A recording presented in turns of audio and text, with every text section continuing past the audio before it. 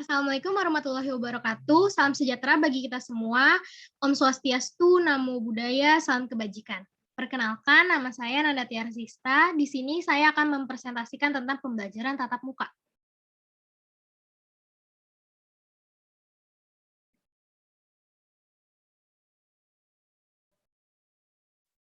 Perlu tidaknya penyelenggaraan pembelajaran tatap muka.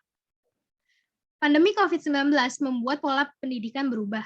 Semula proses belajar mengajar dilakukan dengan tatap muka, tetapi kini proses belajar mengajar dilakukan secara jarak jauh dengan memanfaatkan jaringan internet serta teknologi informasi dan komunikasi. Dari segi manfaat, dilakukannya pembelajaran jarak jauh atau PJJ telah menjejakkan proses pendidikan di tanah air ke arah digitalisasi. Namun di sisi lain, hal itu juga menimbulkan hambatan, terutama bagi daerah yang memiliki kendala akses internet dan ketiadaan gadget, karena rendahnya tingkat ekonomi masyarakat PJJ cukup sulit untuk dilakukan. Berikut pendidikan di masa pandemi. Menurut Badan Pusat Statistik, pertanggal 17 April 2020, diperkirakan sekitar 1,5 miliar siswa di seluruh dunia tidak dapat bersekolah.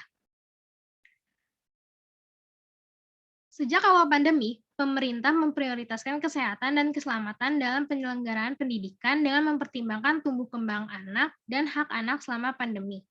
Kegiatan pembelajaran tatap muka terbatas secara bertahap dilakukan untuk kembali meningkatkan kualitas belajar agar maksimal dan terukur hasilnya. Sebagaimana yang kita ketahui, ternyata sekolah daring ini menimbulkan dampak negatif bagi anak didik, seperti kehilangan semangat belajar, kedisiplinan, bahkan tanggung jawab untuk mengerjakan tugas sekolahnya. Berikut kendala penerapan PJJ. Banyak tenaga pengajar yang masih belum serius atau bahkan tidak familiar dalam menggunakan aplikasi Zoom atau Google Classroom. Lalu, tugas yang diberikan terlalu menumpuk, serta waktu pengumpulan tugas yang relatif singkat. Yang ketiga, ada mahalnya biaya kuota internet. Keempat, sistem pembelajaran online hanya memindahkan tugas ke media digital. Sangat jauh berbeda ketika pembelajaran tatap muka di mana para tenaga pengajar akan lebih menjelaskan tentang materi pembelajaran. Yang terakhir, sulitnya menumbuhkan karakter di era pembelajaran online. Berikut adalah potret tenaga pengajar dan peserta didik selama PJJ menggunakan aplikasi Google Meet.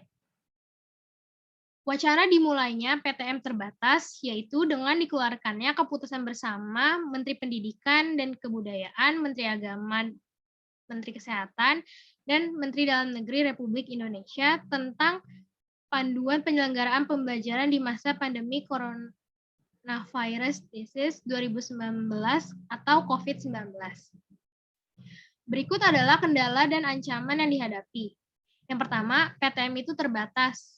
Tidak semua murid dapat hadir ke sekolah.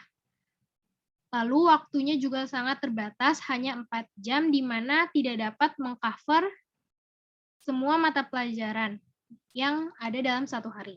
Yang kedua, pembuatan sarana cuci tangan atau bahkan hal-hal yang menunjang protokol kesehatan itu belum di-cover pemerintah, terutama bagi sekolah swasta. Yang ketiga, menimbulkan klaster COVID-19 baru di sekolah. Solusinya yaitu, pertama, selama PTM harus memperketat protokol kesehatan. Yang kedua, melakukan cek suhu sebelum masuk ruangan dan pengecekan sertifikat vaksin. Yang ketiga, evaluasi secara rutin oleh lembaga pemerintahan. Sekian presentasi dari saya, terima kasih.